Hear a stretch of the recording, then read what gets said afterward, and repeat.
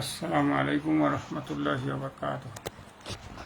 আলহামদুলিল্লাহ ওয়াসসালাতু ওয়াসসালামু আলা রাসূলিল্লাহ ওয়া সাহবিহি আজমাইন। বাদ আউযু বিল্লাহি মিনাশ শাইতানির রাজিম। বিসমিল্লাহির রহমানির রহিম। ফাসআলু আহলা যিকরি ইন কুনতুম লা তা'লামুন। সম্মানিত দিদি ভাইরা,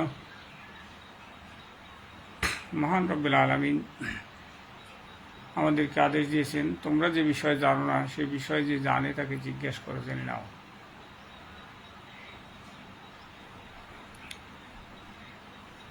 তো বন্ধুরা, মহান রব্বুল আলামিন বলছেন, যে জাতি তাদের ভাগ্য পরিবর্তনের জন্য নিজে আলহামদুলিল্লাহ, তাহলে বাচ্চা সৌন্দর্যের জন্য আমরা চিকিৎসা দিয়ে থাকি, দিব ইনশাল্লাহ। আপনারা যদি আপনাদের ছেলে মেয়ে সুন্দর চান, মেধাবী চান, তাহলে আমরা স্ক্রিনে যে নাম্বার দেওয়া আছে এই নাম্বারে যোগাযোগ করতে পারেন। আমরা 1 সপ্তাহ ট্রিটমেন্ট দিব ইনশাল্লাহ। আমাদের এই ট্রিটমেন্ট খুব সহজ। আমাদের অনেক ভাই আছে যারা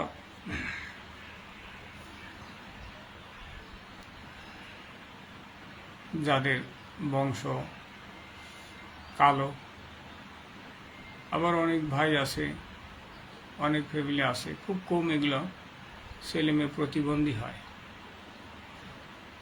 একটা ফ্যামিলির দেখা যায় 4-5টা ছেলে মেয়ে, সবগুলোই প্রতিবন্ধী। তো বন্ধুরা, আমরা এই বিষয়গুলো যেন রিকভার করতে পারি, মানুষ যেন সুন্দর বাচ্চা পেতে পারে, সেজন্য আমরা চেষ্টা করতেছি ইনশাল্লাহ।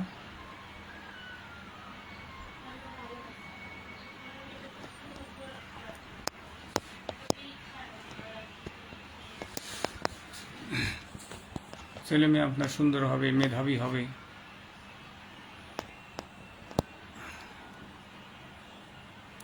ছেলে মেয়ে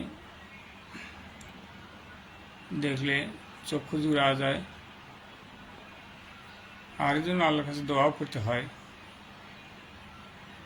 আমরা সেই দোয়া নামাজের মধ্যে করি, আত্তাহিয়াতুর পরে আবার হাত তুলেও করি।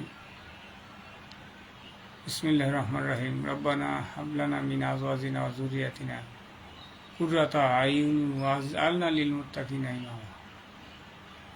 হে আল্লাহ, তুমি আমাকে এমন স্ত্রী সন্তান দাও যে দেখলে আমার চক্ষু শীতল হয়ে যায়।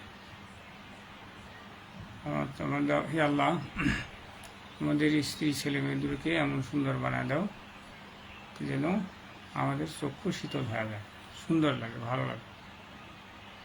তো আমাদের চেষ্টা করে যেতে হবে।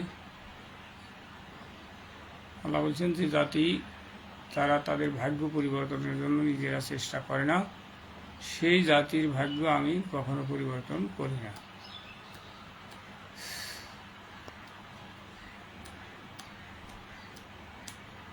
তো চেষ্টা করতে হবে।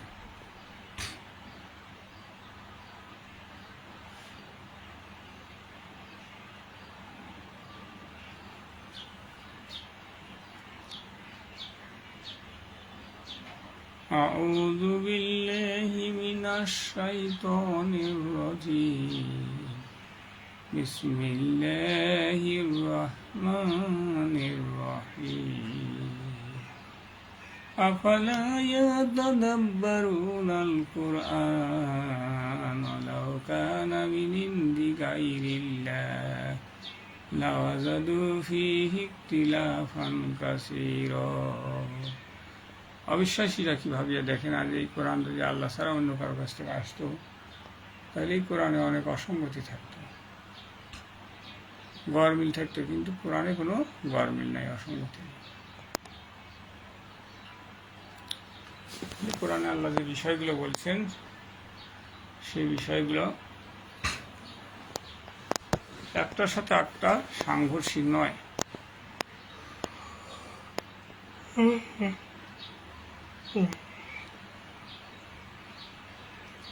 তো আমাদের ভাইরা অনেকেই হয়তো বিস্মিত হবেন যে ছেলে মেয়ে সুন্দর হবে, মেধাবী হবে, এই কথা তো আগে কেউ বলে নাই। বন্ধুরা, এটাই নিয়ম, যে কথা কেউ আগে বলে নাই সে কথাই আমরা শুনছি। কেউ আগে বলে নাই এরকম মোবাইলে লাইভ অনুষ্ঠান করা যায়, মোবাইল দিয়ে লক্ষ লক্ষ টাকা কামাই করা যায়, এই কথা আগে কেউ বলে না। তাহলে এটাই বাস্তবতা। আজ থেকে 50 বছর আগে কেউ ভাবে নাই যে এইভাবে মোবাইলে কথা বলা যাবে, ভিডিও কলে কথা বলা যাবে, মোবাইলের মাধ্যমে এক জায়গা থেকে এক জায়গায় ডকুমেন্ট ট্রান্সফার করা যাবে। কি আশ্চর্য ব্যাপার! তাহলে এই বিষয়গুলো নিত্য নতুন মনে হবে। আমাদের তফাজ্জল ভাই আসছেন, আসসালামু আলাইকুম ভাই। তাহলে আমরা যে প্রোডাক্ট বা যে বিষয়ে আমরা পদক্ষেপ নিয়েছি যে ছেলে মেয়ে সুন্দর হবে, বুদ্ধিমান হবে, মেধাবী হবে, লম্বা হবে। অনেক দম্পতি আছে দেখা যায় তারা তাদের ফ্যামিলি সবাই খাটো করে শর্ট, তাদের একটু আফসোস থাকে যে আমার যদি ছেলে মেয়েটা একটু লম্বা হইতো, কিন্তু সেইভাবে অনেক সময় হয় না। আবার অনেক ফ্যামিলি আছে তারা কালো, তাদের ছেলে মেয়েগুলো কালো হচ্ছে। তো ছেলে মেয়ে যাদের কালো হয় তারাই যে কষ্টটা বোঝে। একটা মেয়ে যদি কালো হয় তখন সেই মেয়েটা বিবাহ হতে চায় না, তখন সেই বাবা মা কত কষ্ট ভোগে তারাই শুধু বোঝে। এজন্য আমরা চেষ্টা করতেছি ইনশাল্লাহ যেন আমরা সমাজে কালো মানুষ থাকবে, কিছু মানুষকে আমরা ভরসাও করতে পারবো ইনশাআল্লাহ। অনেক ফ্যামিলিকে আমরা কি করতে পারবো, হেল্প করতে পারবো যেন তারা সুন্দর ছেলেমেয়ে পায়। আমাদের চিকিৎসা খুব স্বল্প সময়ের জন্য, চিকিৎসা 7 দিনের চিকিৎসা হবে, হয়তো 7 দিন থেকে 10 দিন চিকিৎসা আমরা দিব। ছেলেমেয়ে হবে সুন্দর, মেধাবী হবে। আর যদি বিশেষ করে যদি কোনো প্রতিবন্ধী থাকে, প্রতিবন্ধী ভাইয়ের ছেলে মেয়ে দেখা যাচ্ছে প্রতিবন্ধী হচ্ছে, আবার ভালো মানুষ কিন্তু ছেলে মেয়ে প্রতিবন্ধী হচ্ছে, সেই ক্ষেত্রে আমরা কিছু পরামর্শ দিব, ঔষধ দিব, ইনশাল্লাহ তার ছেলে মেয়েগুলো সুন্দর হবে। তো একটা ফ্যামিলির যদি 5টা ছেলে মেয়ে যদি প্রতিবন্ধী হয়, সেই ফ্যামিলিটা একবারে অসহায়। তো যদি আমাদের চিকিৎসায় অন্তত একটা ছেলে মেয়ে যদি সুস্থ হয়, স্বাভাবিক জীবনযাপন করতে পারে, এটা কি আমাদের জন্য একটা ভালো পজিটিভ দিক নয়? নিশ্চয়ই। ওই কথা আছে না, নাই মামাসি কানামা ভালো। একটা ফ্যামিলির 5টা ছেলে মেয়েই প্রতিবন্ধী হলো, আর সেখানে আমরা চিকিৎসা দিলাম, দেখা গেল যে 2টা ছেলে মেয়ে ভালো হলো, স্বাভাবিক সুস্থ হলো। এখন যেগুলো হয়ে গেছে সেগুলোর তো চিকিৎসা আমরা দিতে পারবো না, যেগুলো হয় নাই সেইগুলোর চিকিৎসা আমরা দেব। আমাদের অনেক ভাই হয়তো ভুল করতে পারেন যে আসলে চিকিৎসাটা কখন হবে। তো এই ব্যাপারে আমরা, আপনি যখন কোনো যদি রাজি থাকে, আমাদের চিকিৎসা দিতে কেউ রাজি থাকে, তারা আমরা বিস্তারিত বলবো। তারপরেও আপনার বাচ্চা পেটে আসার আগে চিকিৎসাটা নিতে হবে। আমরা চিকিৎসা দেবো বাচ্চার বাবা মাকে, আর বাচ্চা যখন পেটে আসবে তার চিকিৎসা দেব না। বাচ্চা পেটে আসার আগেই চিকিৎসাটা দেব ইনশাল্লাহ, যেন বাচ্চাটা সুন্দর বাচ্চা আমরা প্রথমে ডিমান্ড করতে পারি।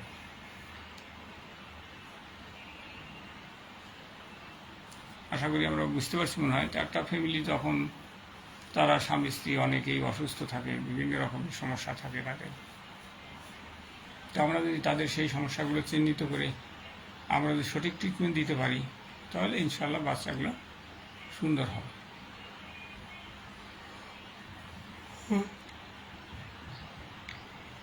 তাহলে আমাদের অনেক ভাই মনে করতেছেন যে এটাও কি সম্ভব, ছেলে মেয়ে সুন্দর হবে, মেধাবী হবে। হ্যাঁ ভাই, আল্লাহ চাইলে অনেক কিছুই সম্ভব। আর এটা যে আমরা পৃথিবীর মানুষ সব সুন্দর করে হালাবো তা না। আবার কিছু মানুষ যেগুলো সম্ভব হয় সেগুলোই করবো ইনশাল্লাহ। আমরা তাদের দেখব, তাদের বায়োডাটা দেখে আমরা বলে দিতে পারবো যে হয়তো সম্ভব হবে বা হবে না। যাদের সম্ভব হবে না তাদের আমরা বলে দেবো যে না ভাই, আমাদের দ্বারা সম্ভব না। তাহলে আল্লাহ তাআলা অসীম দয়ালু, অশেষ মেহেরবান। তো মহান রব্বুল আলামিন মানুষকে শিখিয়েছেন যা সে জানত না। আল্লাহ কি বলছেন? আল্লাহ মানুষকে শিখিয়েছেন যা সে জানত না। এটা নেবেন না?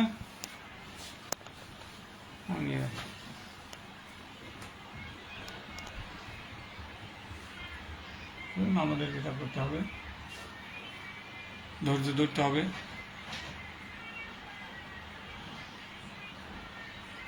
মানুষকে জানা দিতে হবে। কারণ যখন জানতে পারবে,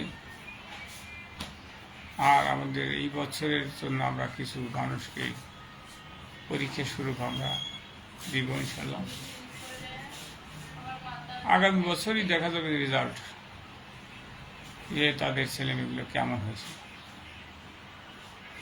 তো যদি সুন্দর হয় তাহলে তো আমাদের সাকসেস। আর আশা করি আমরা আশাবাদী ইনশাল্লাহ সাকসেস হবে ইনশাল্লাহ।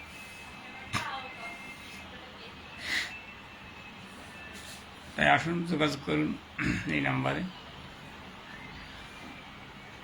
আর আমি মাঝে মাঝে ভিডিও দিই, আপনারা দেখবেন, কমেন্ট করবেন।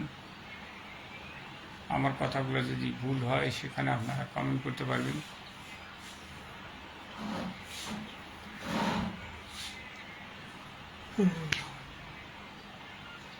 আমাদের দেশে আমাদের অনেক মানুষ তাদের মনের কথাগুলো বলে। আমি হিজবুল্লাহ সৈনিক। মাশাআল্লাহ ভাই, আসসালামু আলাইকুম। হিজবুল্লাহ সৈনিক, তো হিজবুল্লাহ আল্লাহ সৈনিক। আমাদের অনেক মুসলমান আছে, তারা ইসলাম বোঝে না। তারা না বুঝেই আবেগে অনেক কিছু বলে করে। আর বুঝবে কি করে? আমাদের দেশের আলেম সাহেবরা, বেশিরভাগ আলেম, তারা সঠিক ইসলাম জানে না। আমাদের ভাই বলতে পারেন যে আপনি কি বেশি বুঝে হালাইছেন? আল্লাহ সুবহানাল্লাহ। আমি একটু একটু বুঝি, চেষ্টা করি। তাতে দেখি যে আমাদের দেশের বেশিরভাগ মানুষ ইসলাম কি জানে না। এটাই বাস্তবতা, এটাই সত্য। তাহলে রাসূল সাল্লাল্লাহু আলাইহি ওয়াসাল্লাম বললেন যে আমার উম্মত ৭৩টা দল হবে, একটা দল জান্নাত যাবে, ৭২টা জাহান্নামে যাবে।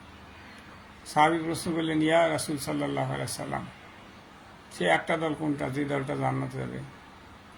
রাসূল সাল্লাল্লাহু আলাইহি ওয়াসাল্লাম বললেন, মা আনা আলাইহি ওয়া সাহাবী, যারা আমার এবং আমার সাহাবীদের আদর্শ অনুসরণ করবে ওরাই জান্নাত যাবে। কয়টা দল জান্নাত যাবে? মাত্র একটা দল জান্নাত যাবে। জাহান্নামে যাবে কয়টা দল? ৭২টা দল জাহান্নামে যাবে। এই ৭২ দলে কত বড় বড় আলেম থাকবে, কত বড় বড় মাদ্রাসা। তাহলে ওরা এই আলেম সব সহ জাহান্নামে যাবে। তো আলেম সব কি ইসলাম বুঝছিল? বলেন, আপনারা বলেন, কমেন্ট করেন। ওরা বোঝে না ইসলাম, কিন্তু ওরা আলেম ছিল, মানুষকে ধোকা দিত। ও নিজে বোঝে নাই, আবার ও যে নিজে কি বোঝে নাই সেটাও মানুষকে বুঝতে দেয় নাই, ধোকা দিত। অথচ আল্লাহ বলছিলেন, তুমি যদি না বোঝো, না জানা আছে, সেটা যে জানে তাকে জিজ্ঞেস করো, জেনে নাও। ও কারো কাছ থেকে জানেও নাই। আমাদের দেশের মুসলমান এত বেকুব, ওরা যে জানে না সে জিনিস কাউকে জিজ্ঞাসা করে। সুবহানাল্লাহ, কি সাংঘাতিক ব্যাপার। একটা মুসলমান নামাজ পড়তেছে, মসজিদে যাইতেছে না, আমার সম্পর্কে ভালো জানে। আর অন্যান্য সাবজেক্ট তো অনেক আছে। কত মুসলমান তো নামাজেই আসে না। আর নামাজে যে বেচারা আসে সেও ভালোভাবে ইসলাম জানে। পরে রাসূল সাল্লাল্লাহু আলাইহি ওয়াসাল্লাম বললেন, যদি কেউ মারা গেল এমন অবস্থায় যার কাঁধে বায়াত নেই, তার মৃত্যু হলো জাহিলিয়াতে মৃত্যু। রাসূল সাল্লাল্লাহু আলাইহি ওয়াসাল্লাম বললেন যে যদি কেউ মারা গেল সে কি হয়নি, বায়াত হয়নি, ওর মৃত্যু হলো জাহিলিয়াতে মৃত্যু, মানে কি কাফের অবস্থায় মারা গেল।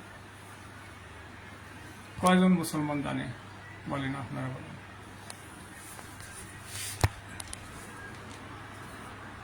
যান তাড়াতাড়ি যান।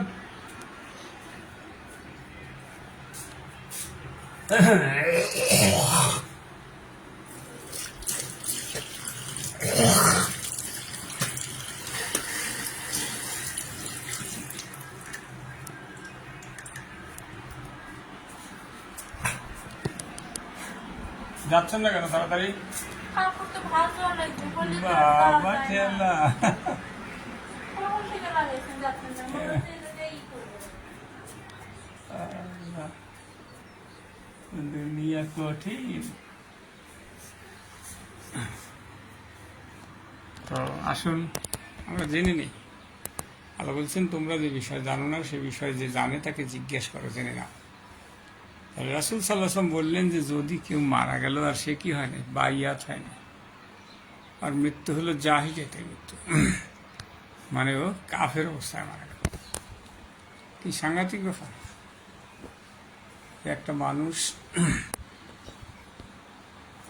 নামাজ পড়লো, রোজা রাখলো, হজ করলো, জাকাত দিল, সব করলো, একটা আমল করে নেই। কয়টা করে নেই? একটা আমল করে নেই, বাইয়াত হয়নি। জায়গায় কোথায় হবে? রাসূল সাল্লাল্লাহু আলাইহি ওয়াসাল্লাম বলছেন জাহান্নামে যাবে। নাউযুবিল্লাহি মিন যালিক। তাহলে জাহান্নাম ভয়ানক একটা জায়গা। আমাদের দেশে এত মাদ্রাসা, এত আলেম, লক্ষ লক্ষ আলেম, এই হাদিস কেন মানুষ জানতে পারবে না? আমাদের এই যে হিজবুল্লাহর সৈনিক ভাই, হাদিস কি শুনছেন কখনো? তারপর কি তাফাজ্জুল হক ভাই, হাদিস কখনো শুনছেন?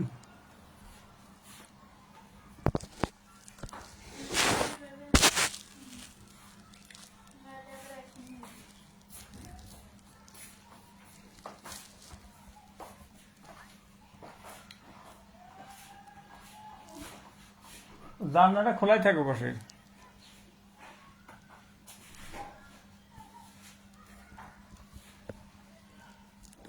সহিহ হাদিস আন ইবনে উমর কল সামিতু রাসূলুল্লাহ সাল্লাল্লাহু আলাইহি সাল্লাম ইয়াকুল মান মাতা ওয়ালা বাইয়াতা আলাইহি মাতা মিতাতান জাহিলিয়াত।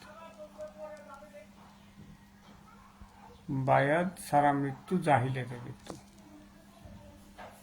হ্যাঁ, আমাদের ভাইরা কি আছেন আপনারা? তাহলে কমেন্ট করেন। আমরা ফ্যান দিই দেখি একটু।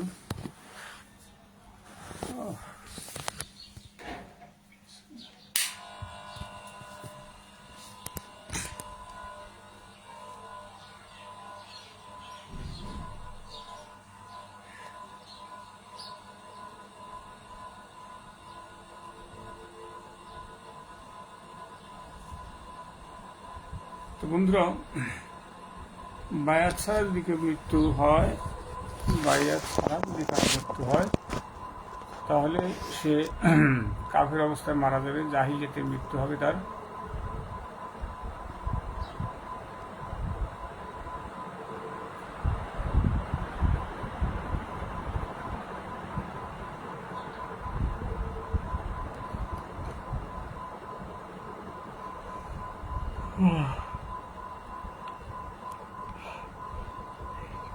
লা হাওলা ওয়ালা কুওয়াতা ইল্লা বিল্লাহ। বায়াতবিহীন মৃত্যু, জাহিলিয়াতের মৃত্যু, এই হাদিস তো সমস্ত মুসলমানের জানার কথা ছিল। কেন?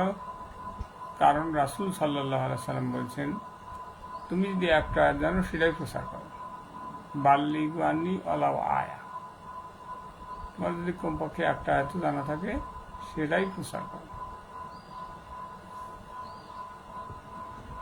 এখন এই বায়াত সম্পর্কে কত গুরুত্বপূর্ণ একটা হাদিস, যে বায়াতবিহীন মৃত্যু জাহিলিয়াতের মৃত্যু। অথচ এই হাদিস আমাদের বেশিরভাগ মুসলমান জানে না।